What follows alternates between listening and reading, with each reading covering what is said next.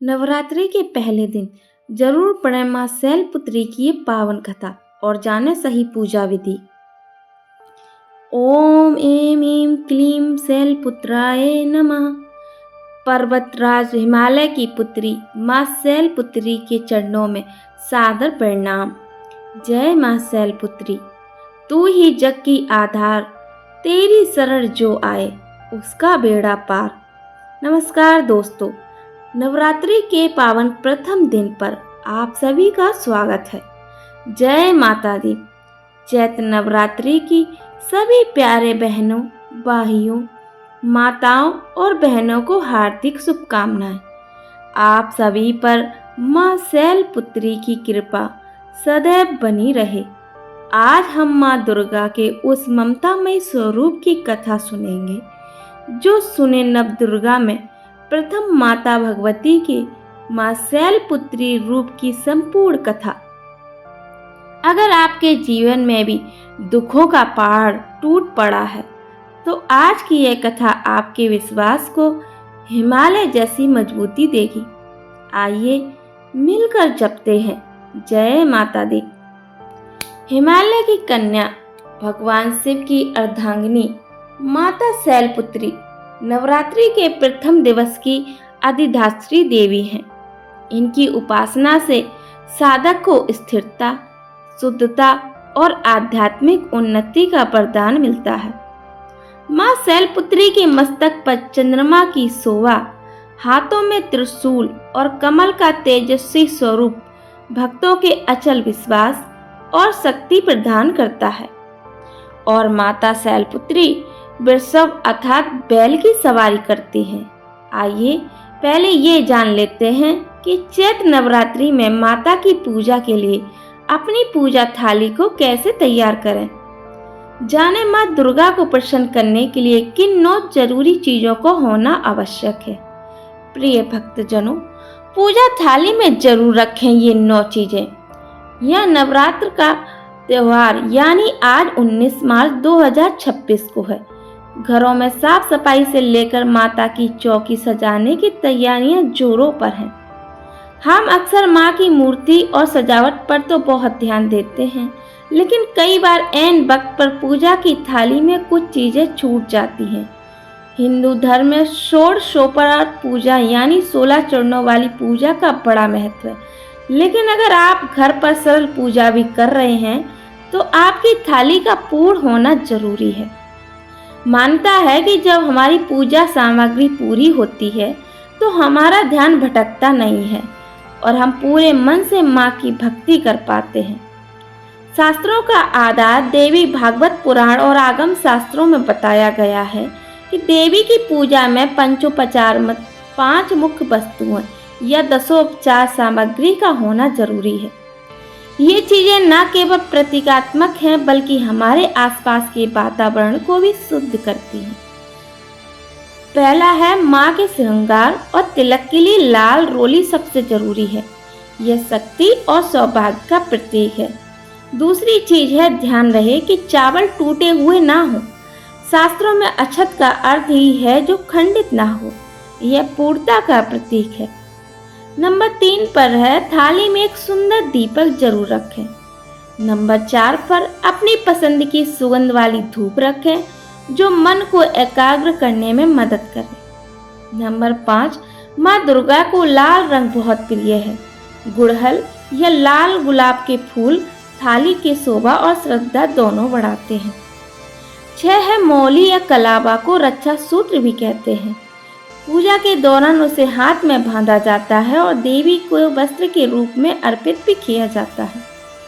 Number 7 है, शुद्धिकरण के लिए गंगा जल का होना बहुत जरूरी है। इससे स्वयं पर और सामग्री पर छिड़काव किया जाता है। नंबर 8 पर है, किसी भी शुभ कार्य के संकल्प और देवी देवताओं के आह्वान के लिए 5 सुपारी अनिवार्य मानी गई है। नंबर 9 पे है, मां को भोग चढ़ाने के लिए बतासे, मिश्री या कोई भी फल जरूर रखें। आइए भक्तजनों, अब ये भी जान लेते हैं कि मां की पूजा किस तरह से करनी चाहिए। हिंदू धर्म के सबसे महत्वपूर्ण पर्वों में से एक है। भक्त इस भक्त इस उत्सव को पूरी श्रद्धा और भव्यता के साथ मनाते हैं। इन 9 दिनों के दौरान माँ दुर्गा के विभिन्न स्वरूपों की साधना की जाती है। मानता है कि सच्चे मन से की गई आराधना से न केवल साधक की मनोकामनाएं पूरी होती हैं, बल्कि जीवन में सुख और शांति और कल्याण का मार्ग भी प्रशस्त होता है। इस साल चैत्र नवरात्र की शुरुआत 19 मार्च यानी आज से शुरू हो रही है। इस पावन अवसर पर पूजा की विधि का विशेष ध्यान रखना चाहिए। कैसे करें पूजा? कलश स्थापना के लिए गणेश जी का स्वरूप मानकर सबसे पहले उनकी पूजा की जाती है। उसके बाद माँ शैलपुत्री का आह्वान किया जाता है। वस्त्र धारण करें। माँ की प्रतिमा या तस्वीर को चौकी पर स्थापित करें और हाथ में जल और अक्षत लेकर व्रत का संकल्प लें। षोडशोपचार पूजन, धूप, दीप, गंध, पुष्प और नैवेद्य से माँ की आरती करें। और माँ को सफ़ेद और लाल रंग के फूल अति प्रिय हैं। और माँ शैलपुत्री को गाय का शुद्ध घी या सफ़ेद रंग की मिठाइयाँ अर्पित करें। और इस मंत्र का जाप 108 बार करें। वंदे वच्छितलाभाय चंद्रधृकेतुशेखरं वृषारूढ़ं शैलधरं शैलपुत्री यशस्विनीम्। अंत में माँ शैलपुत्री की आरती गाएं और कर्पूर से कर्पूर गौरम करें और शंखनाद के साथ अनुष्ठान का समापन करें। इस विधि से की गई पूजा जीवन के सभी बाधाओं को दूर कर खुशहाली लाती है। आइए प्रिय भक्तों, अब सुनते हैं कि माता शैलपुत्री की दिव्य कथा। आज के इस कथा को सुनने के बाद वीडियो को लाइक और कमेंट में जय माता दी जरूर लिखें। नवरात्र का पहला दिन माँ दुर्गा के प्रथम स्वरूप माँ शैलपुत्री को समर्पित होता है। शैल यानी पर्वत और पुत्री यानी बेटी। पर्वतराज हिमालय के घर जन्म लेने के कारण उन्हें शैलपुत्री कहा गया है। यह स्वरूप प्रगति, स्थिरता और दृढ़ संकल्प का प्रतीक माना जाता है। वृषभ यानी बैल पर सवार माँ शैलपुत्री के दाहिने हाथ में त्रिशूल और बाएं हाथ में कमल का पुष्प सुशोभित होता है, जो शक्ति और शांति का अद्भुत संगम दर्शाता है। पौराणिक मान्यताओं के अनुसार माँ शैलपुत्री पूर्व जन्म में सती थी, जो राजा दक्ष की पुत्री और भगवान शिव की पत्नी थी। एक यज्ञ में शिव का अपमान सहन न कर पाने के कारण सती ने अग्नि में स्वयं को समर्पित कर दिया। अगले जन्म में उन्होंने हिमालय के घर शैलपुत्री के रूप में जन्म लिया और कठोर तपस्या कर पुनः शिव को पति के रूप में प्राप्त किया। यह कथा त्याग, आत्मसम्मान और अटूट संकल्प की प्रेरणा देती है। जीवन में स्थिरता और संतुलन का आधार। माँ शैलपुत्री की आराधना केवल धार्मिक ही नहीं, बल्कि आध्यात्मिक दृष्टि से भी अत्यंत महत्वपूर्ण मानी जाती है। योग साधना में इनका संबंध मूलाधार चक्र से है, जो जीवन की ऊर्जा का आधार माना जाता है।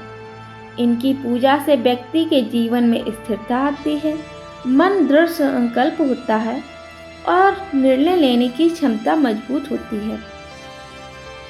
ज्योतिषों के अनुसार माँ शैलपुत्री की आराधना से चंद्रमा के अशुभ प्रभाव भी शांत होते हैं। चाहे परिस्थितियां कितनी भी कठिन क्यों ना हो, अगर संकल्प मजबूत हो तो लक्ष्य जरूर हासिल किया जा सकता है। माँ शैलपुत्री की पूजा इस अड़िग विश्वास और आंतरिक शक्ति को जागृत करने का माध्यम है। देवी माँ शैलपुत्री का जन्म एक विशेष उद्देश्य से हुआ था। देवी सती के रूप में जब उन्होंने अपने शरीर को त्यागा, तो वे अपने अगले जन्म में राजा हिमालय के यहाँ पुत्री के रूप में अवतरित हुई थी। यही कारण है कि उन्हें शैल अर्थात पर्वत की पुत्री कहा जाता है। प्राचीन काल में हिमालय राज अपनी पवित्रता और निष्ठा के लिए प्रसिद्ध थे। वे भगवान शिव के अनन्य भक्त थे और उनके चरणों में लीन रहते थे। एक दिन जब वे गहन ध्यान में थे, तब नारद मुनि वहां पर आए और उन्होंने कहा, हे राजन, तुम्हारे घर स्वयं आदि शक्ति प्रकट होंगी। वे न केवल इस धरा को दिव्यता से आलोकित करेंगी, बल्कि तुम्हारे कुल का गौरव भी बढ़ाएंगी।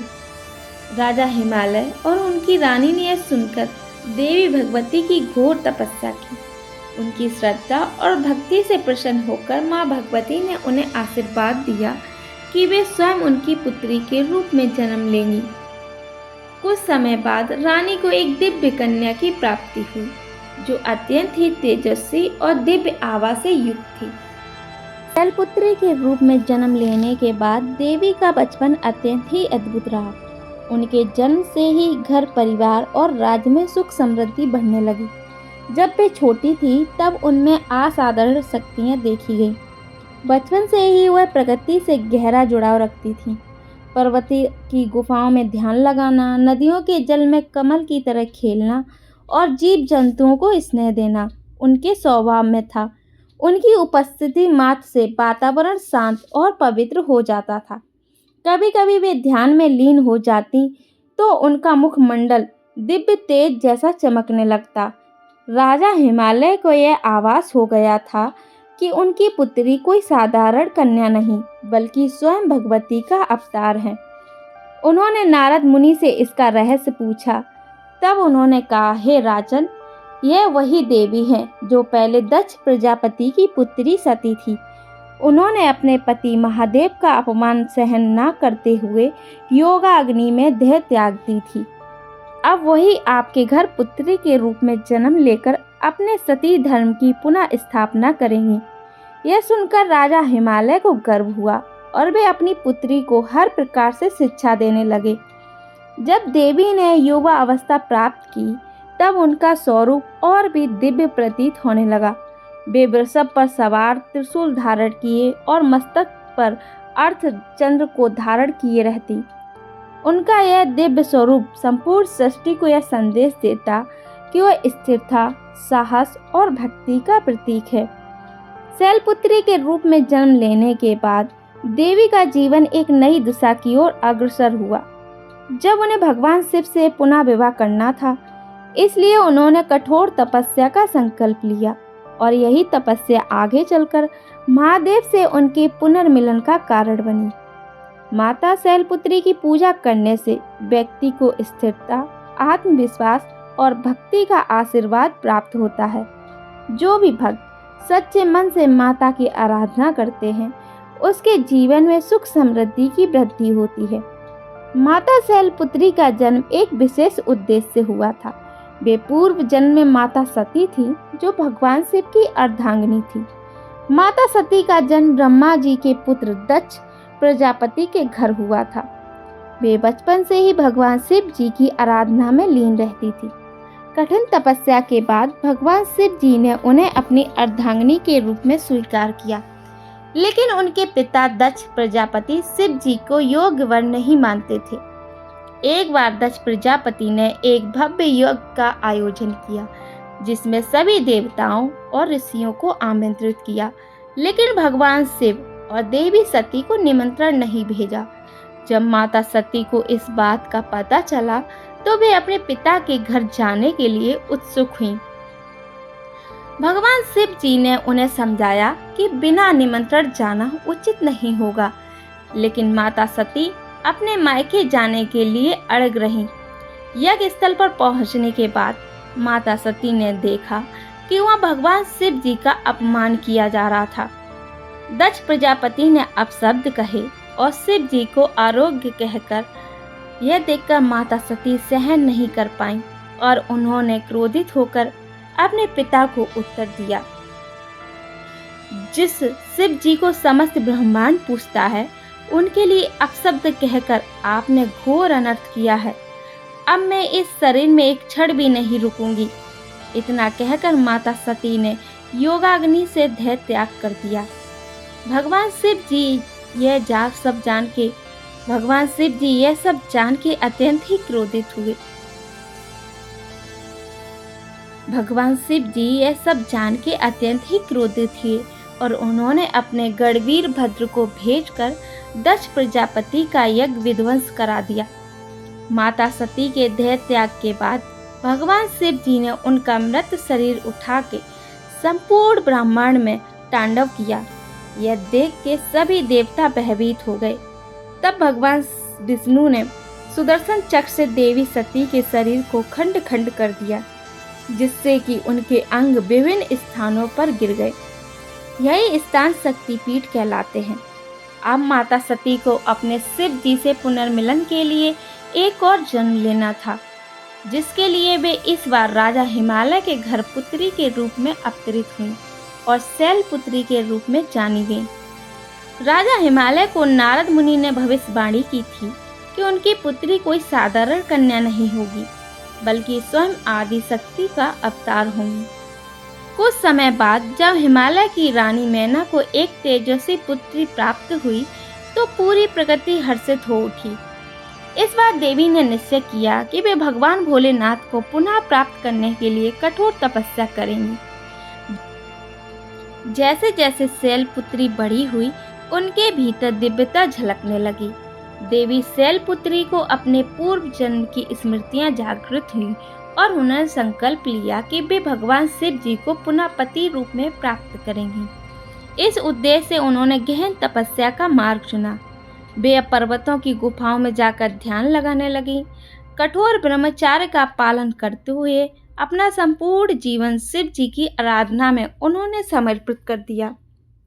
पहले वर्षों तक वे केवल फल और फूल खाकर रहीं, फिर केवल पत्तों पर जीवन यापन करने लगी, जिससे उन्हें अपर्णा कहा गया। अंततः उन्होंने निर्जल और निराहार रहकर घोर तपस्या की। माता शैलपुत्री की तपस्या से समस्त देवतागण चकित हो गए। इंद्रदेव को चिंता हुई कि यदि माता की तपस्या पूर्ण हो गई तो शिव जी उनसे विवाह के लिए बाध्य हो जाएंगे। इसीलिए उन्होंने कामदेव को भेजा ताकि उनकी तपस्या भंग की जा सके। कामदेव ने मोहिनी बाणों का प्रयोग किया, लेकिन देवी अड़िग रही। आखिरकार भगवान शिव जी एक ब्राह्मण के रूप में उनके सामने प्रकट हुए। भगवान शिव जी ने उनसे कहा, हे देवी, तुम कौन हो और इस कठोर तपस्या का क्या उद्देश्य है? देवी शैलपुत्री ने अपने तपोबल से जान लिया था कि उनके सामने कोई और नहीं बल्कि स्वयं भगवान शिव जी हैं। तब देवी शैलपुत्री ने उत्तर दिया कि हे प्रभु, मैं पूर्व जन्म में आपकी अर्धांगिनी सती थी।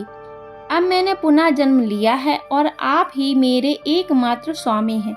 अगर आप मुझे स्वीकार नहीं करेंगे तो मैं फिर से अनंत जन्मों तक तपस्या करती रहूंगी। भगवान शिव जी उनकी भक्ति, प्रेम और समर्पण से प्रसन्न हुए और उन्होंने अपनी अर्धांगिनी रूप में स्वीकार करने का वचन दिया। जब भगवान शिव ने विवाह के लिए अपनी स्वीकृति दे दी तो संपूर्ण ब्रह्मांड में हर्ष छा गया। देवता, ऋषि मुनि और स्वयं राजा हिमालय इस शुभ अवसर से आनंदित हो गए। राजा हिमालय ने भव्य आयोजन की तैयारी की।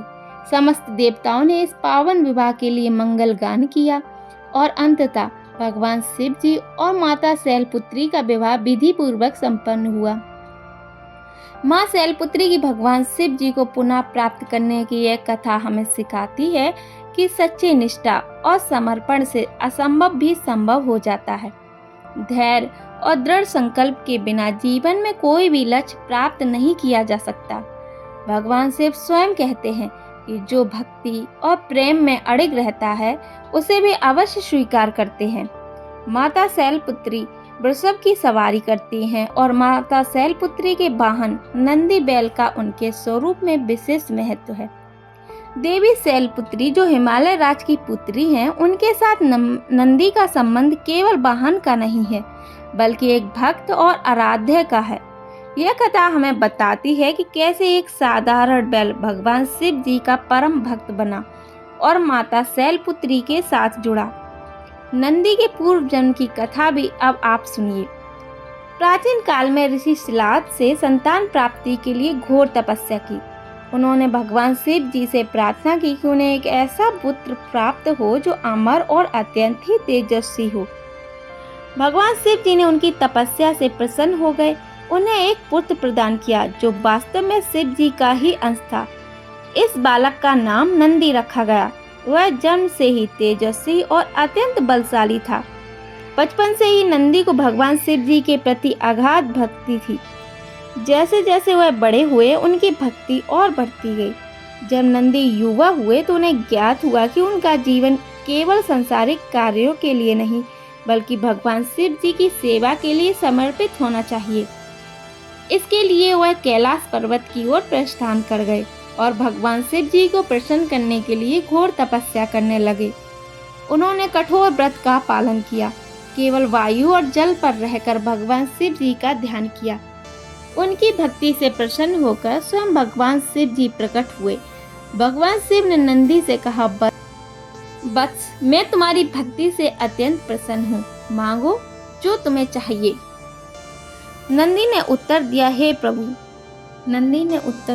प्रभु, मेरा एकमात्र लक्ष्य आपकी सेवा करना है, मुझे आपके चरणों में स्थान दीजिए।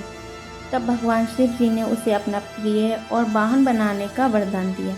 इधर जब माता सती ने योगाग्नि में आत्मत्याग किया और पुनः शैलपुत्री रूप में जन्म लिया, तब भगवान शिव जी ने नंदी को आदेश दिया कि वह उनकी साधना में सहायता करें। जब देवी शैलपुत्री कठिन तपस्या कर रही थी, तब नंदी उनकी रक्षा के लिए सदैव उपस्थित रहते थे। उन्होंने देवी की सेवा की और उनकी तपस्या में किसी भी प्रकार की बाधा नहीं आने दी। देवी ने नंदी की भक्ति और सेवा भाव को देखकर उन्हें आशीर्वाद दिया कि वह सदैव शिव और शक्ति के वाहन के रूप में प्रतिष्ठित रहेंगे। एक समय की बात है जब एक असुर ने देवी शैलपुत्री की तपस्या भंग करने का प्रयास किया। वो राक्षस भेष बदलकर उनके समीप पहुंचा, लेकिन नंदी ने उसे पहचान लिया। नंदी ने अपनी अपार शक्ति से उस असुर का सामना किया। देवी के आशीर्वाद से नंदी ने उसे परास्त कर दिया। तब माता शैलपुत्री ने नंदी को यह वरदान दिया कि जो भी मेरी पूजा करेगा वह तुम्हारी भी आराधना करेगा और तुम मेरे साथ सदा रहोगे। जो भी माँ शैलपुत्री और भगवान शिव जी की पूजा करता है उसे नंदी की कृपा भी प्राप्त होती है। नंदी को समर्पित व्यक्ति को शिव शक्ति की विशेष कृपा मिलती है। नंदी की सवारी करने वाली माता शैलपुत्री धैर्य, सेवा और समर्पण की प्रतीक मानी जाती हैं। माँ शैलपुत्री का संबंध चंद्रमा अर्थात सोम से भी विशेष रूप से जुड़ा हुआ है। वे अपने मस्तक पर अर्धचंद्र धारण करती हैं, जिससे उनका एक नाम सौम्य रूपा भी है। लेकिन क्या आप जानते हैं कि चंद्रदेव को यह सौभाग्य कैसे प्राप्त हुआ कि वे माता के मस्तक पर विराजमान रहे? अब आगे की कथा में आप यह भी जानेंगे कि चंद्रदेव को कैसे यह सौभाग्य प्राप्त हुआ और कैसे चंद्रदेव ने गंभीर श्राप भोगा और फिर माता शैलपुत्री की कृपा से पुनः अपना तेज प्रताप किया। चंद्रदेव, जिन्हें सोम भी कहा जाता है, जो अत्यंत सुंदर, तेजस्वी और आकर्षण माने जाते हैं, वे 27 नक्षत्रों के स्वामी हैं और उन्होंने राजा दक्ष प्रजापति की 27 कन्याओं से विवाह किया था। लेकिन उन्होंने अपने विशेष रूप में रोहिणी नामक पत्नी को ही सबसे अधिक प्रेम दिया, जिससे कि बाकी 26 पत्नियां उपेक्षित महसूस करने लगीं। जब यह बात दक्ष प्रजापति को पता चली तो उन्होंने चंद्रदेव को समझाया, लेकिन उन्होंने इस बात को अनदेखा कर दिया। इससे क्रोधित होकर राजा दक्ष ने उन्हें क्षय होने, धीरे धीरे विलुप्त होने का श्राप दिया। श्राप के प्रभाव से चंद्रदेव की चमक धीरे धीरे कम होने लगी, जिससे कि देवताओं की संपूर्ण सृष्टि में संकट उत्पन्न हो गया। चंद्रदेव अत्यंत व्याकुल हुए और सभी देवताओं से सहायता मांगी, लेकिन कोई समाधान नहीं मिला। अंततः वे भगवान शिव जी और माता शैलपुत्री की शरण में पहुंचे। चंद्रदेव ने कैलाश पर्वत पर जाकर घोर तपस्या प्रारंभ की। वे दिन रात भगवान शिव जी और माता शैलपुत्री का ध्यान करने लगे। चंद्रदेव ने ओम नमः शिवाय मंत्र का जाप करते हुए कठोर तप किया। वे हिमालय की ठंडी गुफाओं में बिना जल के शिव और शक्ति की आराधना करने लगे। तब उनकी भक्ति से प्रसन्न होकर माता शैलपुत्री ने शिव जी से आग्रह किया कि वह चंद्रदेव को इस श्राप से मुक्त करें। भगवान शिव जी ने कहा, हे सोम, तुम्हारा यह कष्ट तुम्हारे ही कर्मों का फल है, लेकिन शक्ति की कृपा से तुम इस श्राप से पूरी तरह से मुक्त तो नहीं, परंतु नियंत्रित हो सकते हो। माता शैलपुत्री ने उन्हें आशीर्वाद देते हुए कहा, हे चंद्रदेव, तुम्हें मेरे मस्तक पर स्थान प्राप्त होगा। जब तुम क्षीण हो जाओगे, जब तुम पुनः पूर्ण होकर चमकोगे, तुम्हारी यह अवस्था अब अमर रहेगी। और इसी चक्र को चंद्रमास का नाम दिया जाएगा। माता शैलपुत्री के आशीर्वाद से ही चंद्रमा कृष्ण पक्ष में क्षीण होते हैं और शुक्ल पक्ष में पुनः बढ़ते हैं। यही चंद्र कलाओं का आधार बना। शिव जी ने चंद्रमा को अपने मस्तक पर धारण किया, जिससे कि वे चंद्रशेखर कहलाए। चंद्रमा का यह चक्र समस्त जीवन चक्र का प्रतीक बन गया। इसी घटना के कारण सोमवार अर्थात चंद्रवार को शिव भक्ति की विशेष पूजा का दिन माना गया है। चंद्रदेव ने माता शैलपुत्री और भगवान शिव जी से यह निवेदन किया कि वे उनकी भक्ति को अमर कर दें।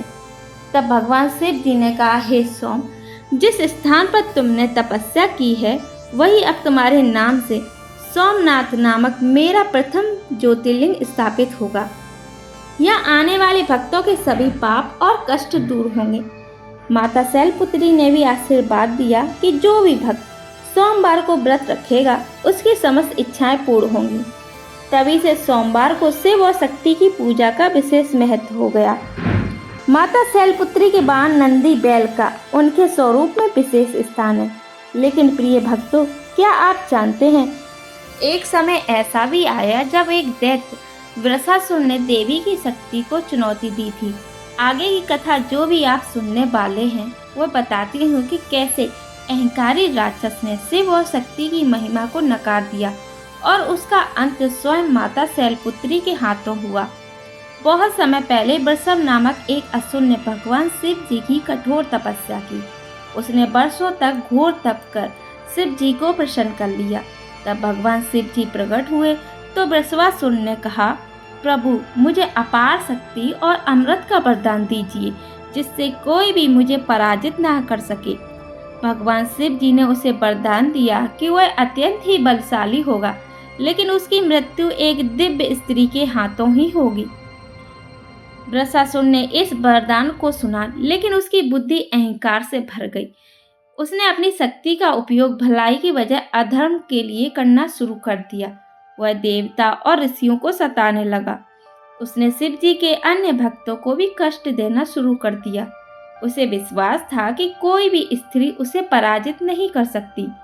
एक दिन उसने सुना कि हिमालय की पुत्री मां शैलपुत्री अपार शक्ति और दिव्य तेज से युक्त है। अहंकारी वृषभासुर को यह सहन नहीं हुआ कि कोई स्त्री उससे अधिक शक्तिशाली कैसे हो सकती है। तब तो कैलाश पर्वत की ओर बढ़ा और माता शैलपुत्री को ललकारते हुए बोला, हे शैलपुत्री, तुम स्त्री होकर मेरी शक्ति की बराबरी कैसे कर सकती हो? अगर तुम्हें अपने बल पर विश्वास है तो आओ और मुझसे युद्ध करो। माता शैलपुत्री शांत थी। उन्होंने वृषभासुर को समझाने का प्रयास किया कि हे वृषभ, अहंकार का अंत निश्चित है। यदि तुम शिव जी के सच्चे भक्त हो तो अपनी शक्ति का उपयोग सदुपयोग के लिए करो। लेकिन मां शैलपुत्री की इन बातों का वृषभासुर को कोई भी प्रभाव नहीं पड़ा और उसने देवी पर आक्रमण कर दिया। माता शैलपुत्री ने जैसे ही वृषभासुर को अहंकार देखा, उन्होंने अपना महाकाली स्वरूप प्रकट किया। उनके नेत्र अंगारे समान जलने लगे। त्रिशूल उनके हाथों में चमकने लगा। उनकी सवारी नंदी बैल भी गगन भेदी गर्जना करने लगा। मां शैलपुत्री ने वृषभासुर से कहा, अब तेरा अंत निकट है, और ऐसा कहकर उन्होंने त्रिशूल से वृषभासुर का वध कर दिया और उसके अंत के साथ ही संपूर्ण संसार में पुनः शांति स्थापित हो गई। इस प्रकार से माता शैलपुत्री केवल करुणा की ही नहीं, बल्कि देवी, दुष्टों का संहार करने वाली महाशक्ति भी है। और अहंकार से हमेशा पतन होता है, चाहे व्यक्ति कितना भी शक्तिशाली क्यों ना हो। आइए अब सुनते हैं मां ज्वाला देवी की कथा। कहा जाता है कि एक समय की बात है जब दैत्य हिमालय पर्वत पर अपना अधिकार जमाकर देवताओं को परेशान कर रहे थे। तब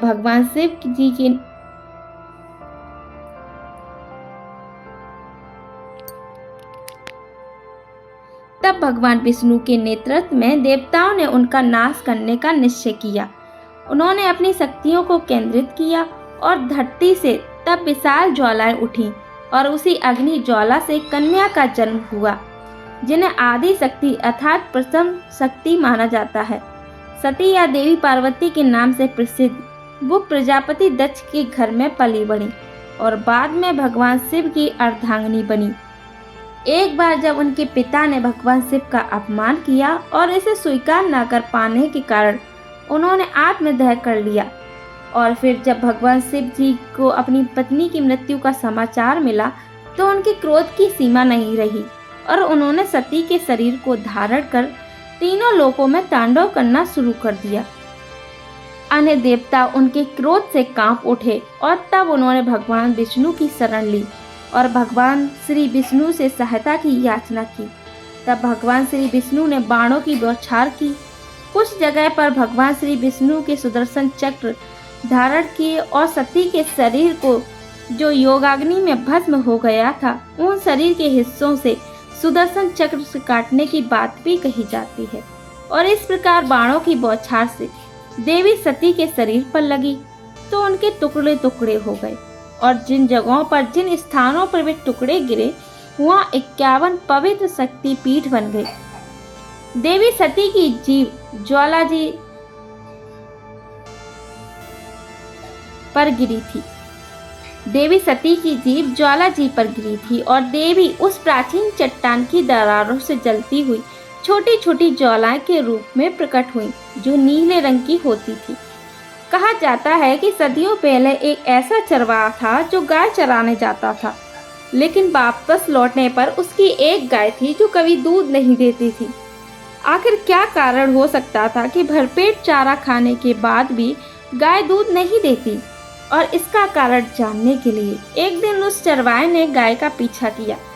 तब उस चरवाहे ने जंगल में से एक कन्या को निकलते देखा, जिसने गाय का दूध पिया और देखते ही देखते हुए चमकती हुई रोशनी में गायब हो गई। अब चरवाहा राजा के पास गया और राजा को पूरी बात बताई। राजा को इस बात का ज्ञान था कि देवी सती की जीभ इसी क्षेत्र में गिरी थी।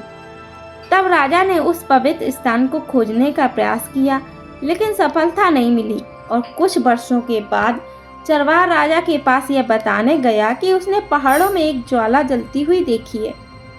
ढूंढने पर राजा को यह स्थान मिल गया और उन्होंने पवित्र ज्वाला जी के दर्शन किए। फिर उन्होंने वहां पर एक मंदिर बनवाया और नियमित पूजा के लिए पुजारियों की भी व्यवस्था की। ऐसा माना जाता है कि बाद में पांडवों ने भी मंदिर का जीर्णोद्धार कराया। इसी विश्वास का प्रमाण है कि पांडव ने ही इस मंदिर का जीर्णोद्धार करवाया था और फिर राजा भूमिचंद ने सबसे पहले इस मंदिर का निर्माण कराया था। माता ज्वाला देवी के विषय में एक और कथा है कि जो कि भक्त गोरखनाथ जी से संबंधित है। माँ ज्वाला जी के एक परम भक्त थे गोरखनाथ, और एक बार वे माँ से भोजन करने के लिए आग जलाकर पानी गर्म करने का आग्रह करने लगे और स्वयं भिक्षा लेने गए, लेकिन वे कई दिनों तक वापस नहीं लौटे। माना जाता है कि वे आज भी भिक्षा लेकर नहीं लौटे और उनकी प्रतीक्षा में ही माता ज्वाला आज तक अग्नि जलाए बैठी हैं। और कहते हैं कि जब कलयुग का अंत होकर सतयुग आएगा, तब गोरखनाथ लौट के माँ से मिलने आएंगी। माता ज्वाला देवी शक्तिपीठ हिमाचल प्रदेश के कांगड़ा में स्थित है और यह वही जगह है जहाँ पर देवी सती की जीवा गिरी थी। यहाँ पर देवी की 9 ज्योतियाँ हैं, जो महाकाली, अन्नपूर्णा, चंडी, हिलाज, विंध्यवासिनी, माँ लक्ष्मी, सरस्वती, अंबिका और अंजनी देवी के नाम से जानी जाती हैं। इन ज्योतियों को प्रज्वलित रखने के लिए घी या तेल की आवश्यकता नहीं पड़ती, बल्कि प्राकृतिक रूप से जलती ही रहती हैं। ये मुगल बादशाह अकबर ने एक बार इन ज्वालाओं को बुझाने या फिर इन्हें रोकने का प्रयास भी किया था, लेकिन वह असफल रहा और फिर उसने हार मानते हुए देवी को सोने का एक छत्र भेंट किया था, लेकिन देवी ने उसे एक विचित्र धातु में बदल दिया, जिससे देवी पर राजा अकबर को भी विश्वास हो गया था। यह बात तो हम सभी जानते हैं कि हजारों वर्षों से भारत विदेशी आक्रमणकारियों का गुलाम रहा है, जिनके मन में हिंदू धर्म के प्रति मात्र घृणा का ही भाव था, और इसी भाव से ग्रसित होकर मुगल शासकों ने हिंदू धार्मिक जगहों को, हिंदू मंदिरों को नुकसान पहुंचाने का काम भी किया। और इसी क्रम में धार्मिक स्थलों को नुकसान पहुंचाने की इच्छा से एक बार मुगल शासक ज्वाला जी मंदिर भी पहुंच गए थे। मुगल शासक अकबर तो अपनी सेना लेकर ज्वालाजी मंदिर पहुंचा, जिसने सदियों से जल रही इन ज्वालाओं को पानी डालकर बुझाने का प्रयास किया। इसके अलावा इन ज्वालाओं को लोहे के तवे से भी ढका गया, लेकिन ज्वालाओं के प्रभाव से तवे में भी छेद हो गया था, लेकिन ज्वालाएं नहीं बुझी और आखिरकार अकबर ने हार मान ली और उसे ज्वालाजी मंदिर से वापस लौटना पड़ा था। यही पास में ही एक कुंड भी है जिसे गोरखनाथ जी की डिब्बी कहा जाता है और इस कुंड से लगातार भाप निकलती रहती है। मानता है कि इस कुंड उस पानी से भरा हुआ है जिसमें माँ ज्वाला देवी ने गर्म करने के लिए कहा था। कहते हैं कि जब भक्त गोरखनाथ जी ज्वाला देवी की असीम भक्ति में लीन रहते थे, वह असीम भक्ति में लीन होकर एक दिन तपस्या कर रहे थे। तपस्या के दौरान उन्हें भूख लगी तो उन्होंने माता ज्वाला देवी से प्रार्थना की कि माँ आप थोड़ा पानी गर्म कर दें, मैं भिक्षा लेकर जल्दी वापस लौट आऊंगा। माँ ने आशीर्वाद दिया और गोरखनाथ जी से भिक्षा लेने चले गए। माँ ने आशीर्वाद दिया और गोरखनाथ जी भिक्षा लेने चले गए। कहा जाता है कि गोरखनाथ जी भिक्षा लेने गए लेकिन कभी वापस लौट के नहीं आए और माना जाता है कि तब से माँ ज्वाला देवी ने एक अद्भुत चमत्कार किया। उन्होंने स्वयं एक ज्वाला प्रज्वलित की जो आज भी मंदिर में जलती रहती है। यह वही ज्वाला है जिसके लिए गोरखनाथ जी ने माँ से पानी गर्म करने को कहा था और कहा जाता है कि कलयुग के अंत में गोरखनाथ जी इसी मंदिर में वापस लौटेंगे और तब तक यह ज्वाला ऐसी ही जलती रहेगी।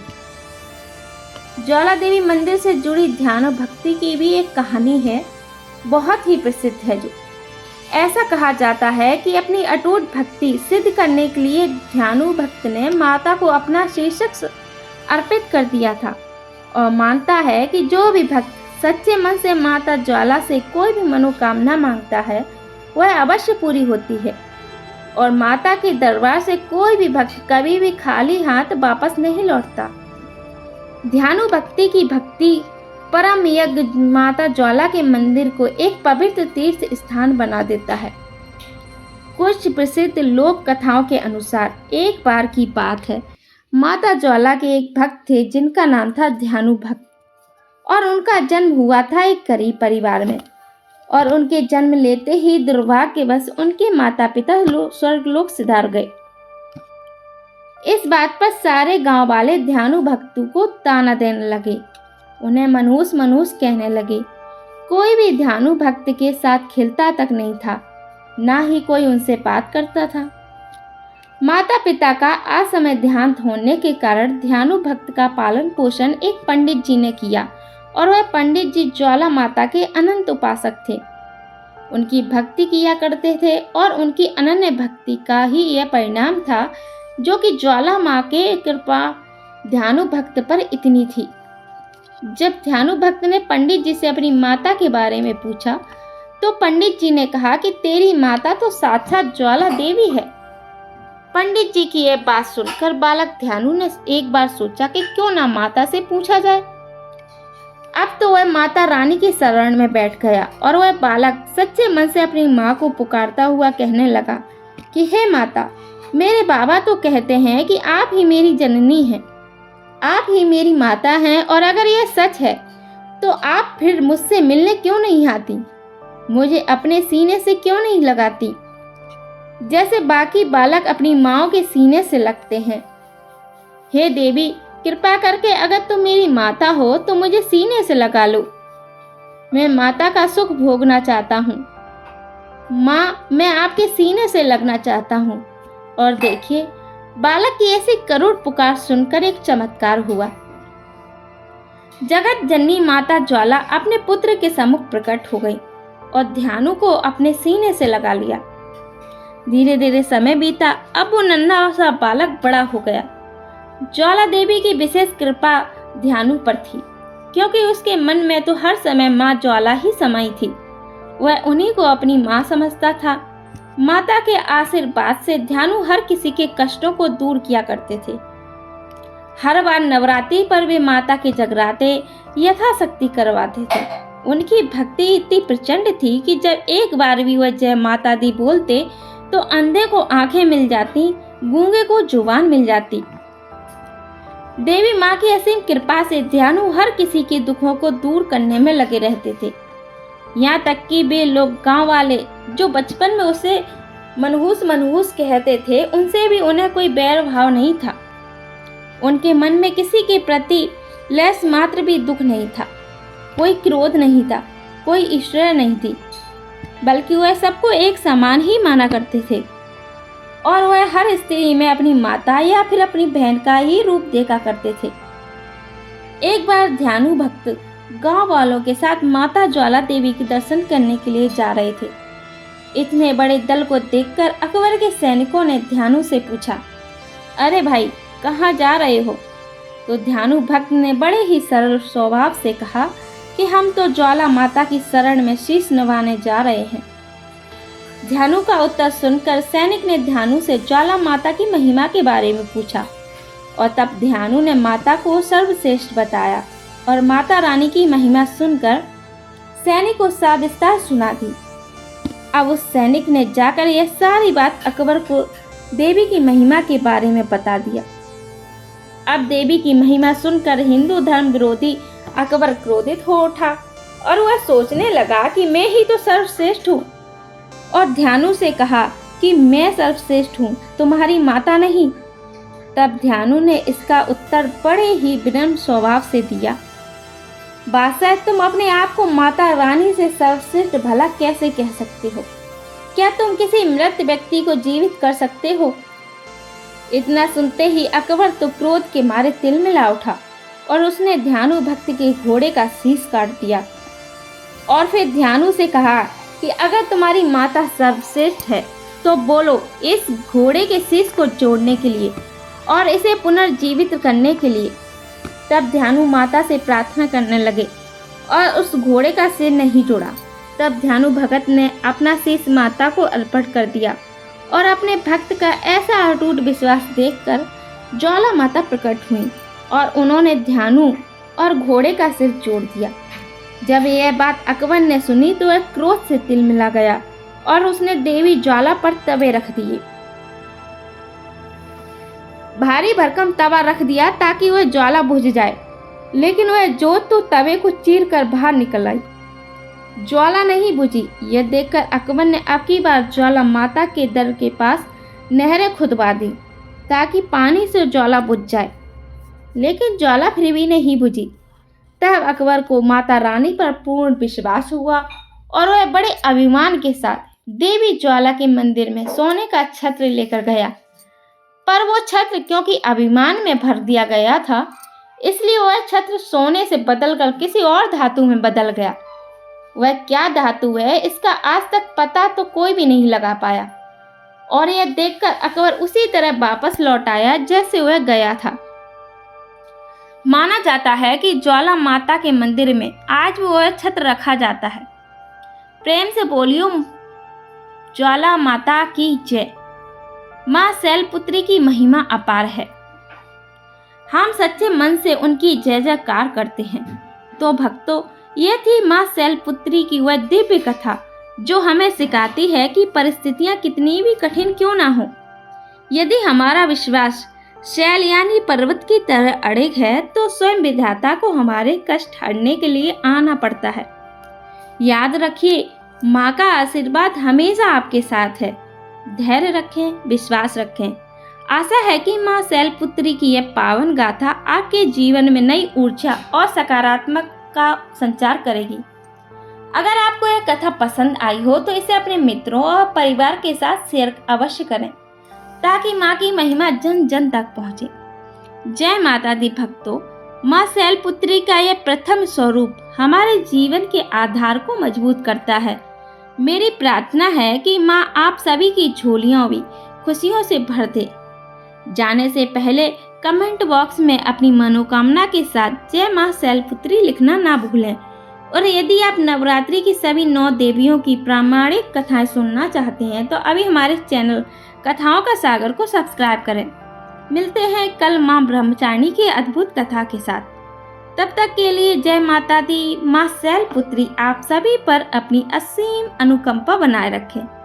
अपना और अपने परिवार का ख्याल रखें और भक्ति के इस पावन पर्व का आनंद लें। इस कथा को सुनने के लिए आपका हृदय से धन्यवाद। तो प्रेम से बोलिए सच्चे दरबार की जय।